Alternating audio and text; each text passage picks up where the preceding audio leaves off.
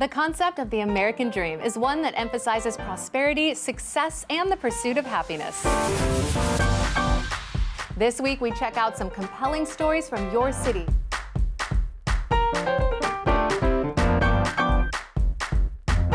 And visit a few outdoor locations in Las Vegas, North Bay, Santa Barbara, and St. Louis. These make some pretty interesting date ideas that stray from the usual weekend wine and dine. Welcome to the American dream. We do it in the spirit of going against the grain of the negative media, giving inspiring information, and having people walk away from our show with something of value. You're seeing a disruption in both the real estate and the mortgage space. A lot of people are just not willing to put in the work. What video does is that it demands an emotional response. You know what I love about the show? It's totally unscripted. Our first story is brought to you by a professional in your city. Let's hear what they have to share this week.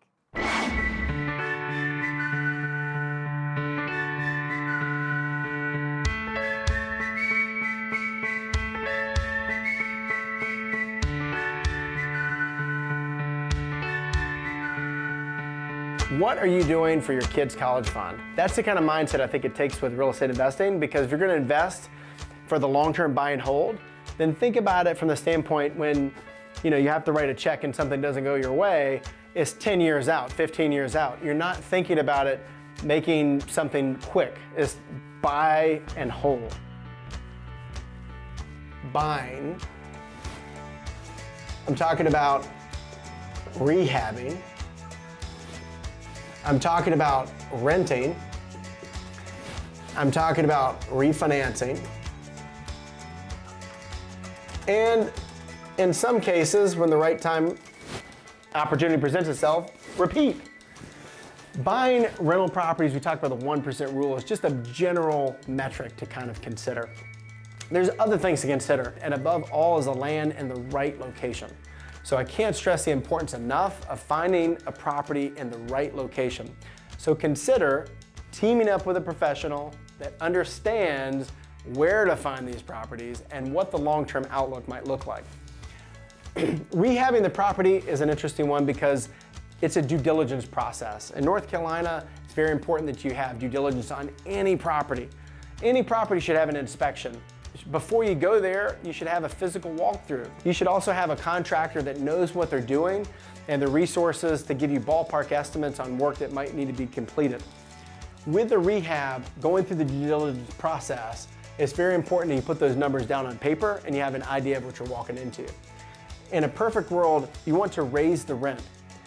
First thing you want to think about when it comes to rent is a couple variables. One is, if you're buying a property that's got an existing tenant, verify the numbers. Really make sure that the rent roll is accurate. It's not on a handwritten lease, it's not on a napkin, it's not what someone has told you verbally. It's in writing, preferably by a property manager or a trusted professional that could hit a button, give you a printout, and you could evaluate the rent roll and the existing history in its entirety. The other thing to keep in mind with rents is that when you're buying a property, particularly with the BRRRR method, the rents are probably a little bit lower and the numbers still make sense. So if you're renovating the property, even if it is vacant and it's not an existing tenant, you want to look at the market rent as it is in that area, and then you want to factor in the work that you've done so that in theory you could raise the rent. As we go into refinance, it's always very important to consider the end in mind. So you start with the end in mind, right? And so you want to have a trusted lender partner as a part of those conversations early on. And the refinance is vitally important, because if you want your equity to be locked into a property and you want to not use leverage to purchase other properties, then do nothing. If you want to expand your portfolio, you want to pull money out, you want to activate the equity, and you want to let someone else pay for that, i.e. the tenant, then consider a refinance. Is there a hard cost? Yes. Are you holding the property for more than 5 to 7 years? Yes, hopefully.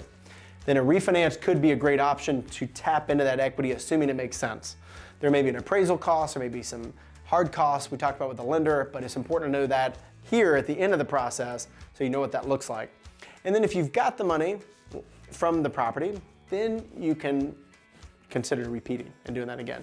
So BRRRR, just to repeat, buying a property at the right price, rehabbing at the right price, raising the rent after the rehab, refinancing and tapping in the equity, and then repeating so that you can expand your rental portfolio. Today we talked about buying and holding, investing in real estate. Really pivotal topic, very poignant. A lot of people considering this topic right now. For the long-term wealth, I can't think of a better instrument to consider than investing in your own property and expanding that to others. I'm Mike Hege with Pridemore Properties. Thanks for tuning in. Thanks for watching this video. And as always, I'm here to help. I hope you learned something interesting about your city and enjoyed the local content.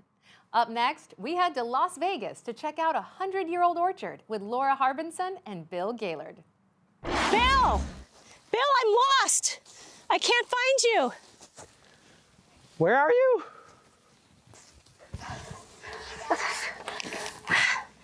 I give up. I can't find him. Laura, I've been behind you the whole time. Oh my gosh!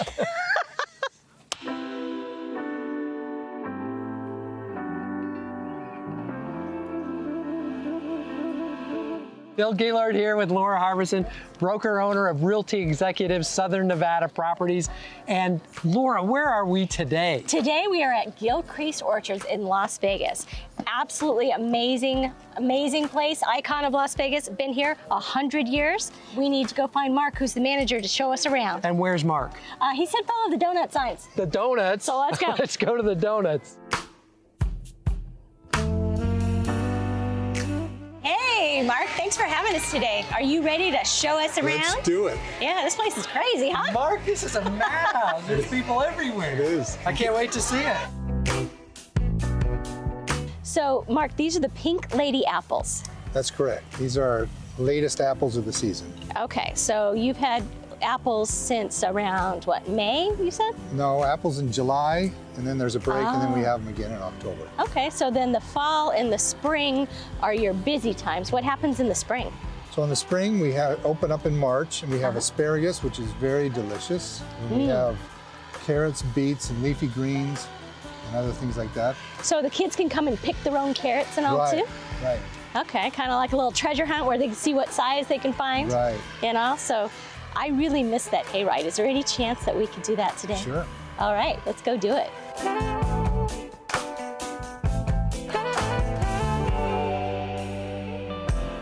So Hannah, what is your favorite part about working at Gilcrease Orchard? Definitely meeting all of the cool people that like to come out here, especially this year we got a lot of news coverage, so a lot more people have been coming out this year, and it makes it super busy, but I really love seeing all the people. The kids come in their costumes. It is the cutest thing. They think picking their own pumpkin is like the highlight of their year, so that's the most fun seeing, is just all the people out here, just being around for fall time. It's my favorite time of the year. The vibe is just like so nice. So I much really fun. love it. That's awesome. Yeah. Now, you grew up here? Did you? Yeah, born and raised. And did you come out here as a kid? Oh yeah, all the time. I got all my plums, my pluots, my nectarines from here. It was like my favorite fruits. I always came here. Haven't come in most recent years, which I probably should, because they have some of the best produce out here.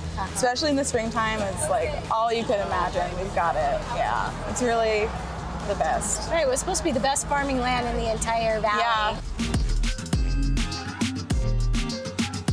So the Gilcrease family purchased this land in 1920, is that correct? Right, they came down from Reno, purchased this land, grew alfalfa because there was a spring on property, and so they had the water, they could do it. And since then we've been growing fruit trees and lots of vegetables, so it's been very fun. So this is a nonprofit foundation, just giving back to the community, basically. How many people a day come? So it depends on the time of year, but we get school field trips Monday through Friday, and usually in the spring and the fall, we get about 300 a day that come through here. Wow. And so about 12,000 kids a year in organized school field trips, plus when they come with their families on the weekend. Right. Yeah, this place is hot. It's Tuesday morning and this place is hopping. Yeah, it's busy. I can't believe it. Busy place. That's great. Well, let's, I think I'm gonna go find your pumpkin patch.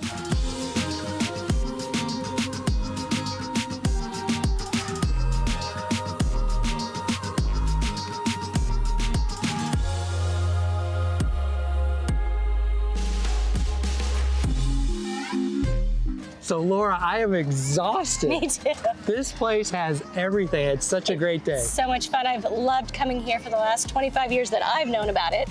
And my kids have loved it, and I've really enjoyed introducing you and all of our viewers I'm coming to back. Real Grace Orchard. So. I hope you enjoyed our last segment and feel inspired to check out an orchard in your neighborhood. Next, let's head to Suisun Valley, California to check out a vineyard and winery with Scott Loney and Alicia Worley. I love touring wineries, and I have a feeling you do too. Let's check it out.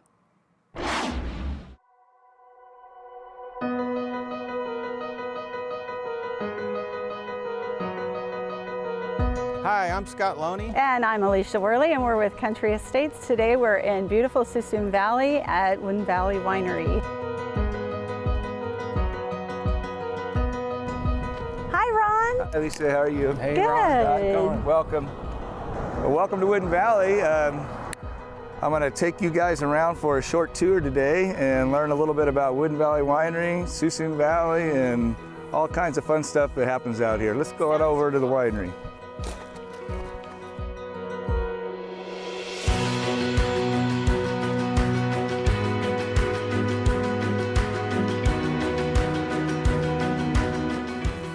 Well, we just entered our fermenting cellar, and in this building is where we ferment all of our red wines. Those tanks back here will be all full of red wine. Some are full right now fermenting because we are in harvest. And then this piece of equipment behind me is our press, which is a newer piece of equipment that we've had for about 4 or 5 years. Right now we're in harvest, so it's a super busy time, but a great time to be visiting. So I always encourage people to come out and visit the winery. If they see my brother destemming some grapes down here, come on down and check it out. You said earlier you want to try something coming out of this press. Well, there'll be some juice coming out in a couple of days out of this press. Cool. Stop by and see that. So this is in the fermenting cellars where we turn grape juice into wine.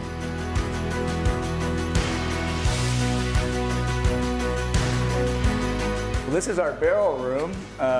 We have approximately 250 barrels in this room, and we put all of our red wines in wood. Part of the reason you put wine in wood, red wine in particular, is not for oak flavor. It's actually to soften the tannins that are in the grape skins. I didn't know that. Yeah, so some people think, oh, I want oak flavor, but it's actually making the wine softer because oak has a tannin, grape skins have a tannin.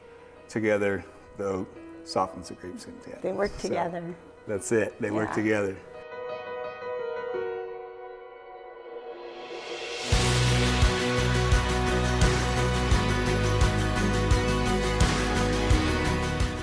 Well, here brought you out to our demonstration vineyard that we have at the winery. Vineyards is where most of our business is. Of course, we have the winery, but we operate around 400 acres of grapes, about 300 that we own in the family. And so it's the biggest part of our business. And we are really farmers first. So even in the style of our wines, we want them to be fruit forward. We want to taste the grape.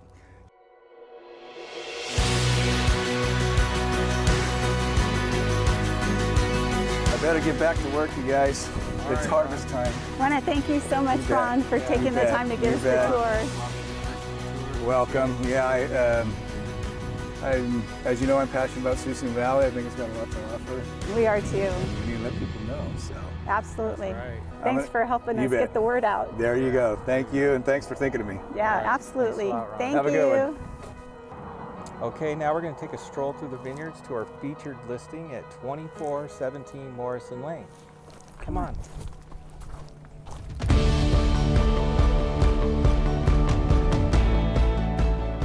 Okay, now we're in the farmhouse. It's approximately 2,000 square feet. Has a big great room with the master bedroom off of the great room. Spiral staircase leading to the loft. And then over here, we have a brand new, fully remodeled kitchen with hickory cabinets, granite countertops, stainless steel appliances that lead off into the back 1.25 acres that are sitting on the creek. It's great, you gotta see it. That's what really makes this location special. Yeah, come and check it out.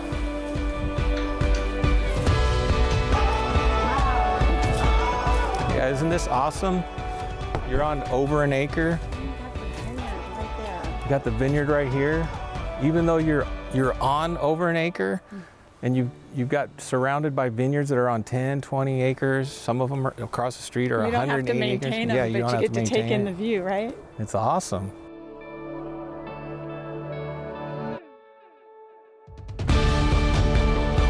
Anyways, we'd like to thank you for coming with us on our tour of the Wooden Valley Winery. Our little adventure. Our little adventure and our listing that we just listed, and we look forward to seeing you next time.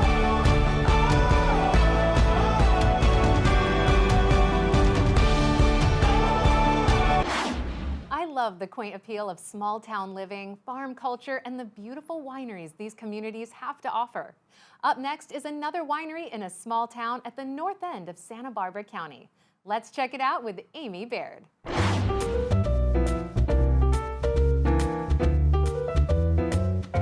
So hi, I'm Amy Baird, and I'm up in Santa Barbara County on the north end of the county called Santa Maria, a little town called Old Orchid, and we're at Presqu'île Winery, which is a gorgeous property. We're out on 200 acres with Matt Murphy, who's the co-founder and president, and he's going to give us a little bit of information on the history and what Presqu'île means and what brought you out west.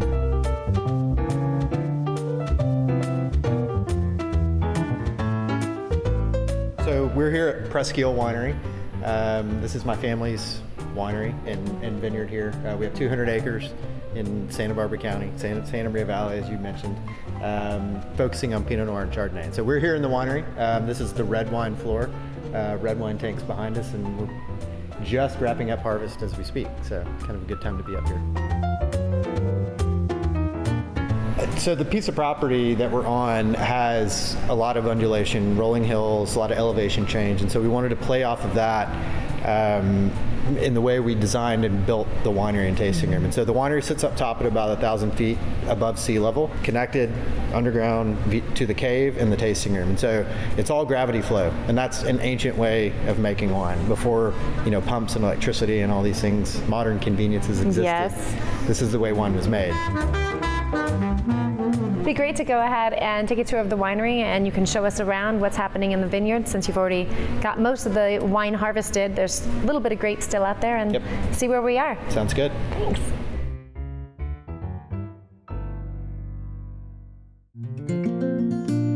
Still here at Presqu'île Winery, and it's the first opportunity I've ever had to actually interview my brother, Pryor Baird, who's out from Nashville, here in Santa Maria, our little hometown actually of Old Orchid, and he's going to play tonight for a sold-out crowd and promote Presqu'île, promote some nonprofits, and I just want Pryor to be able to give him an opportunity to tell us what's new in his music world.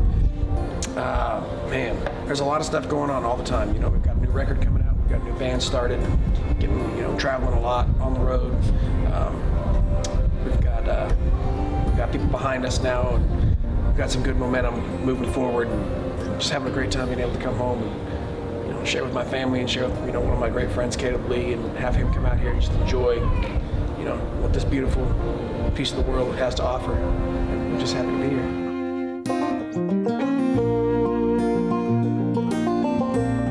That's what it's all about, keeping it all together. It takes a village to make anything happen. This is the best village I know about. That's the truth. And it's great to have family here that we get to see you when you visit, get to see you in Nashville. Love you, bro. Cheers. Cheers. Let's go play some music. Let's go play some music. I'll listen. I'll drink some wine. Hell yeah.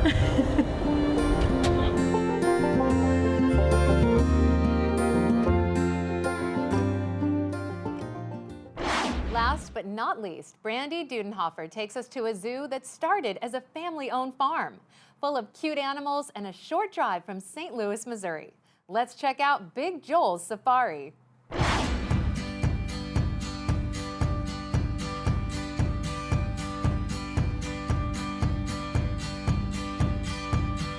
All right, Joel, well, tell us a little bit about yourself and how you started Big Joel Safari.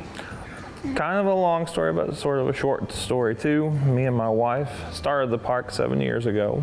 We live here, it's a small operation, but I was an animal science graduate from the University of Missouri, and I've always wanted to be a zookeeper, and that seemed to be the best way to achieve those things. until we finally figured out we'll just start our own zoo instead of working for another zoo. So there's a little history here to the property, though. You didn't just purchase it recently 7 years ago. There's some history to it. Yeah, well, I grew up on the property, and due to different medical issues with my mom, I did a lot of the upkeep when I was back in town for a few weeks, and eventually I kind of told them what I'd like to do, and they said, well, you can buy it from us and you can take over the farm. So That's awesome. So what kind of animals did you grow up with here on the farm? pretty normal. Actually, a lot of miniature horses. My uncle was into miniature horses. Okay. And we were busy all the time, and horses are kind of pretty easy to maintain. We had a few goats, and llamas were the first any exotic hoof stock that we ever had on the property.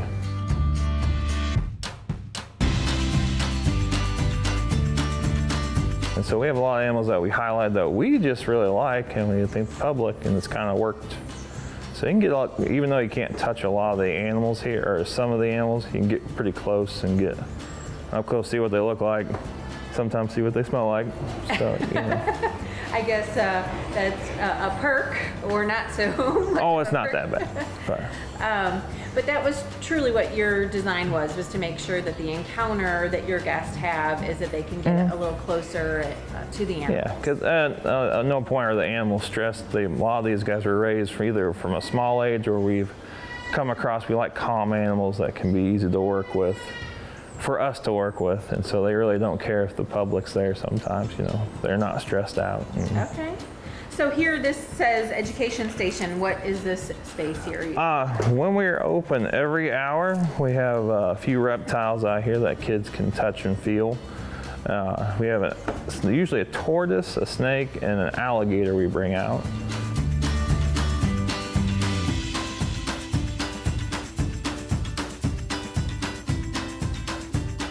Joel, can you tell us about your hours of operation?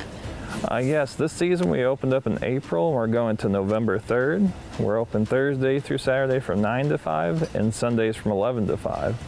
And you can always go to our website at www.bigjoelsafari for more information too. We strive to bring you the best stories from across the country that embody the ideals of the American dream, and we hope that you saw something new and entertaining. We would like to thank all of our viewers and our sponsors for helping us grow the show. We couldn't do this without your support. I'm your host, Jem Morris, and thank you so much for watching.